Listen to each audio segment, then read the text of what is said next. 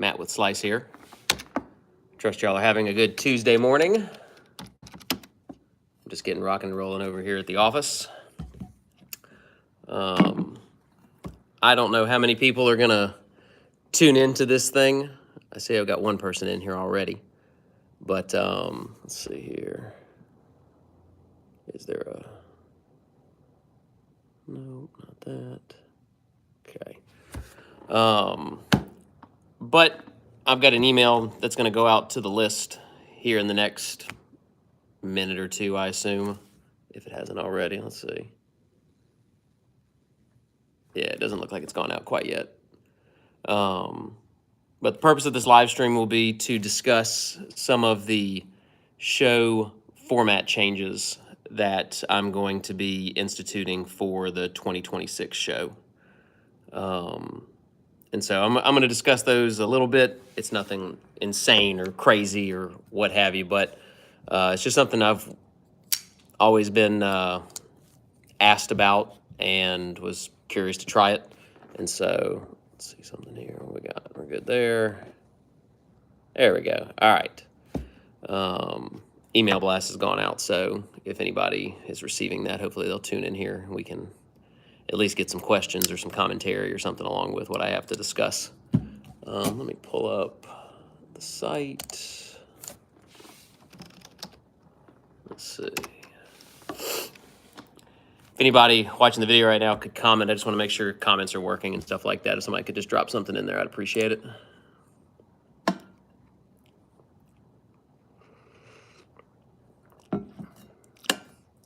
Got my McGinnis Outfitters mug this morning. Let's see here. That's good. Nope, good there. What we got here? All right. Looks like we're good to go. All right. Email has gone out, so we'll let guys tune into this if they get the opportunity to do so. But yeah, so for those of y'all that are familiar with the New Orleans Custom Knife Invitational and have had the ability to attend it when we have hosted it over the last 3 years, we have always used a very specific lottery format. And for those of y'all that are not familiar with this and are going to watch this, the way that we have done it the last 3 years is when you purchase a ticket from us, your name goes onto a list and it is randomly assigned a number. And that number is then printed onto a badge that you receive when you check in at the show. We take that fully numbered list, pairing your number with your name, and we randomize it both for when it's assigned to a number as well as when we take it to apply it to the lottery cards. And so there's all kinds of randomizing in between. There's just no way to keep something tethered to, you have your one number, it's moved around on the list. If you buy multiple passes at once, we still randomize it. So if you purchase 5 tickets, which is the maximum allowed, and your number's 80 through 85, you're the 80 through 85th ticket to be sold, you don't get numbers 80 through 85. You won't even more than likely get one that is at all 81, 82, 83, 80, 45. You might have a 17 and a 42 and a 63 and a 91 and a 205. So it's totally random from the very beginning. I see guys sometimes that have bought passes. They'll buy one on Tuesday and 2 weeks later they buy another 2 and then a week later they buy another 3. But like I said, everything has always been randomized and it will continue to be so. We're not going to change up the way that we assign the numbers. But the way that the lotteries have been done is that by purchasing your ticket, you're automatically entered in to every lottery that is available at the show. So if we have, the last 3 years, on average, I think we've had somewhere in the 80 to 85 lottery pieces that are available to be won and purchased. And so you are automatically entered in to every single one of those. And so that gave you the ability for, multiple wins. You could win a knife on a maker's table, and then on another one, you'll still win one. You're not just thrown in there one time and then your number's removed. So you're entered into every single knife. And the reason why we did it that way is because it always made the vibe of the show a little bit slower and more chill. I've done a lot of knife shows over the years, and one of the things I just never really liked or didn't love about it was I always had to have a checklist. And most of these shows are somewhat spread out, or there might be 100 tables, or like Blade Show in Atlanta, for example. I mean, I forget how many exhibitor tables there are, but I mean there are hundreds of them. There might be over 1,000. I don't know the exact count, but and so of the 1,000 tables that are there might be 15 makers that I'm interested in acquiring knives from. And so I had to have a checklist, and I have to know, okay, I want to go and enter in so-and-so's lottery, and I need to make a note that it ends at this time so that I can be there for that, or be aware that, hey, if I get pulled, they might try to call me and stuff like that. And so it takes a little bit of work. It takes a little bit of effort. Juice is worth the squeeze, of course, but at the same time, for a show like this, it's just a lot more condensed, a lot more consolidated. Blade Show is 2.5, almost 3 full days. We are 5.5 hours. And so it's very condensed, very boiled down. And I just didn't like the idea of guys having to prioritize for the first hour they are there. Oh, did I enter into the lotteries, and did I get in on everything, et cetera. And so that's what made it so easy. And so that has always been my school of thought, and that's how I set the show up from the beginning, because I liked the way it worked, and it was really streamlined and very simple, and nobody had to worry about anything. You showed up, you have a good time, you hang out, talk to the makers, and at 7:30 you see if you want anything. There's always been another school of thought that people would like to be able to only enter the lotteries that they are interested in. And I can very easily see this side of the coin. Some makers are more popular than others. You might only be going for 1 or 2 specific makers and not the other 18 plus makers that are going to be in the room. And so it makes perfect sense. I get it. And the argument has always been, well, if so-and-so is doing a lottery, and of the 250 people that will buy a badge, only 30 of them were actually going to enter the lottery for that knife, your odds are drastically improved if you were one of those 30. As opposed to if all 250 people are automatically entered into that one knife, your odds are obviously dramatically decreased. And so I get the argument. And so that's why we're going to try it this year, or for 2026. So for 2026, what you will have to do, still trying to make it as efficient as possible, because lottery sign-up format has traditionally been name, phone number, and then it's, multiple knives on a single table and things like that. And so just to streamline the process, the only thing you're going to have to write down when you sign up for a lottery is going to be your badge number. And so you will need to prioritize how you want to work the room. There's going to be, we are increasing the number of makers that are going to be exhibiting at the show this year. With the new venue at the World War II Museum, we're going to have a lot more space. And so we've traditionally had 20 makers. I've invited 21, and usually at some point or another, somebody has to back out at the last minute, whether it's a scheduling conflict, a life event, knives couldn't be finished, etc. So we have, on average, had 20 makers, and as of, let's see, I have somebody pulling up to the door. And of course, it's 9:08. We don't open for another 22 minutes. But I'm probably going to have to go tell this person that. Hang on a second, guys. Sorry about this.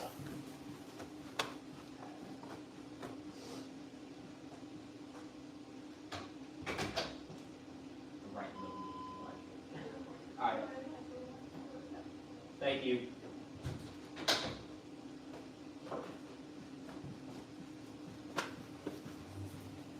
Really sorry about that, guys. Never fails. Okay, so completely lost my train of thought. But so frustrating. Anyway, so I genuinely don't remember where my last thought was left off. So I'm just going to have to kind of backtrack a little bit. So you're going to need to prioritize in some way, shape, or form how you're going to work the room. I was talking about exhibitor count. We have on average had 20 makers the last 3 years. This coming year for 2026, I have 26 on the list. And, it's highly likely that at least one, we've increased it, so maybe two might not be able to attend for some reason or another. But we're going to have hopefully 23 to 26 exhibitors and or makers in the room this year, and so really like to see us hit 100 lottery pieces. That would be really freaking fantastic. As I said previously, we've had 80 to 85. I think one year we had 86 pieces. And so 100 would be really sweet to have for you guys. So you will need to have a list, or at least be aware of, hey, if which makers you want to enter in. And the only thing you'll have to do is you'll go to their sign-up sheet and you're going to write your badge number down. Depending on the maker and depending on the quantity of knives they bring, this is at their discretion. So some makers bring 2 to 4 lottery pieces. Other makers bring 10 or 12 lottery pieces. Jerry McGinnis, for example, is probably going to have, he has customarily brought 10 plus lottery pieces to the show. And so if he does that, and any other maker has, 8, 10, 12 pieces, they could do it with 4 or 6, but I'm encouraging the guys with quite a few lottery pieces to do essentially a master list. And so instead of having an individual sign-up sheet for each lottery knife on the table, they will just have a single sheet, and you will just sign that sheet, for each badge that you purchase. And that way, you don't have to make sure you entered in all 10 lottery pieces. And then for the maker, it also makes it easier because he just works off of a master list. And the way that we have discussed that type of format for the guys that will have a single list is the first winner pulled, the maker will have already, before the show, assigned winner number 1, winner number 2 to each specific knife. So each knife will be labeled with, hey, this is winner 2, 3, 4, 5, 6. And that way the guys won't have to, when they get drawn, they're not going to have to stand there and take the time to pick the one that they want. We do want to still keep this moving pretty efficiently. And so that's why those guys will have predetermined winner numbers for those. So, like I said, knife 1 gets the first guy pulled, and so on and so forth. But the other guys that have 2, 4, maybe even 6 lottery pieces, they will more than likely have an individual sheet for each of those knives. And so that way you can pick. If so-and-so has 6 knives on the table and you're really only interested in potentially winning 3 of them, you only have to sign up for the 3, as opposed to being automatically entered in for the 6. As a result of the individual sign-up sheets for each individual maker, prior to this year, or prior to 2026, we, as the show promoters, would actually pull the lottery winners. And so we would use random.org, we would pull numbers, we would write them on pieces of paper, and we'd have first through 5th place winners, so that way if somebody passed, they'd go into individual envelopes, and then, so everything is random up to that point. They go into a blank sealed envelope. The maker would then randomly select an envelope for each knife on their table. And so this time, because we don't have the ability to really work that the way that we have, the makers will be responsible for drawing their lottery winners. And so it does put a little bit more work on them. It's really not any different than another show for them in that regard. And so I don't think it's going to be some big burden that I'm overwhelming them with. I always just like to make everybody's life easy when they attend this show. But I'm been tempted to try it for a couple of years. The commentary about it has always been there, and so I just want to try it. I want to see what happens. So for 2026, you will need to make sure that you enter into the lotteries of the knives that you are interested in winning. There will not be any automatic entering for 2026. And so we will still, I'm still working out some of the very fine-tuned logistics, but we will more than likely still have set times for the pulls. And so the room is going to be set up, because of the size of it, I can pretty much just run the 2 rows of makers back to back. And so I'm thinking of maybe having half of, one side of the room do their lotteries at X time and the other side do it at X time. That way guys aren't just constantly having to run up and down the 2 rows and see if they want anything. It's like, hey, we can work this side, etc. And there will still be ample time.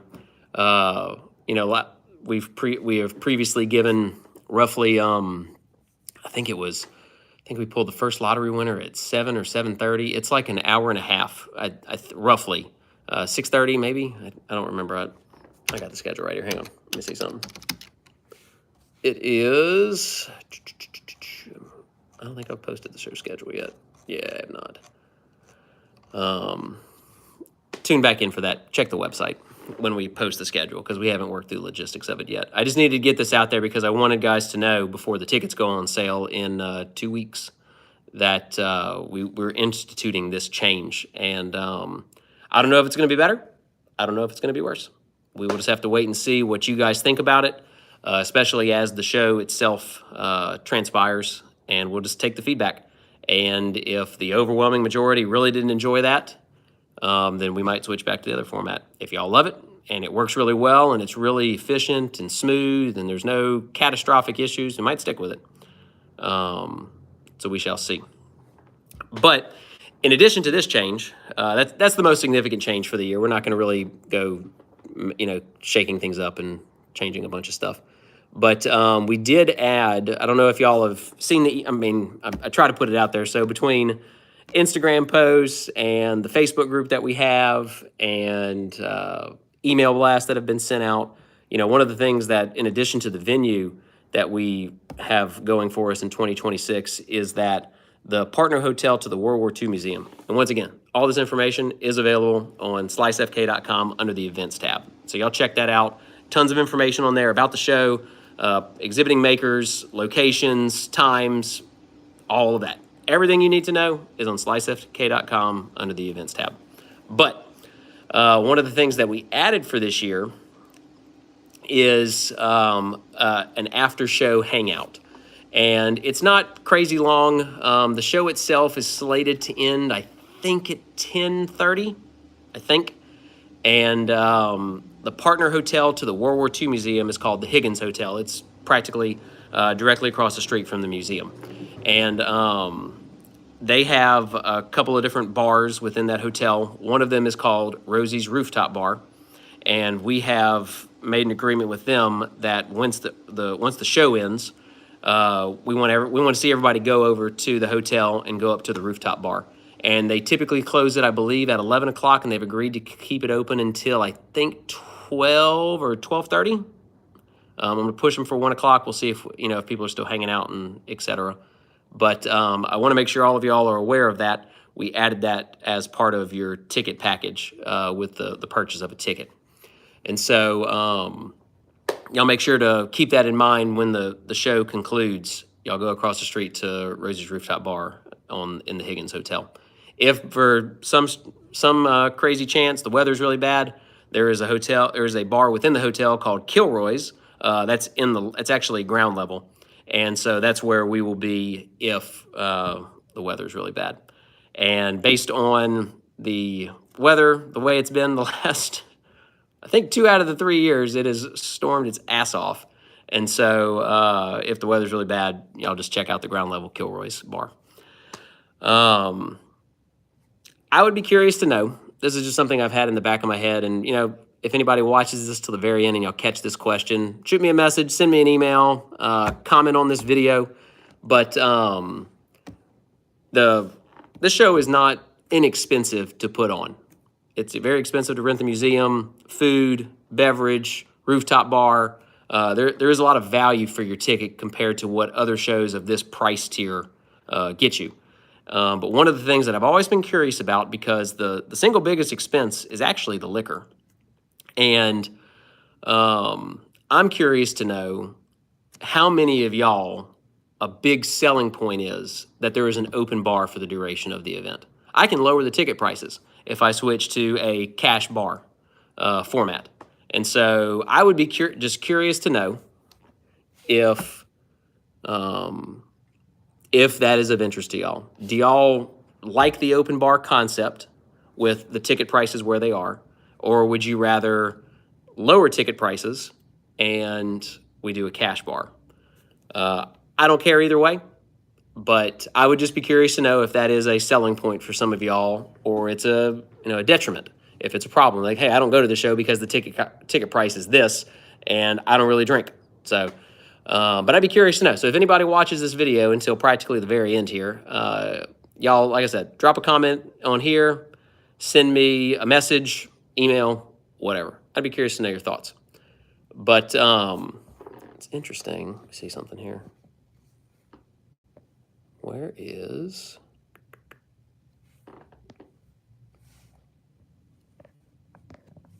I find it interesting that nobody has commented anything, and I'm wondering, what is this?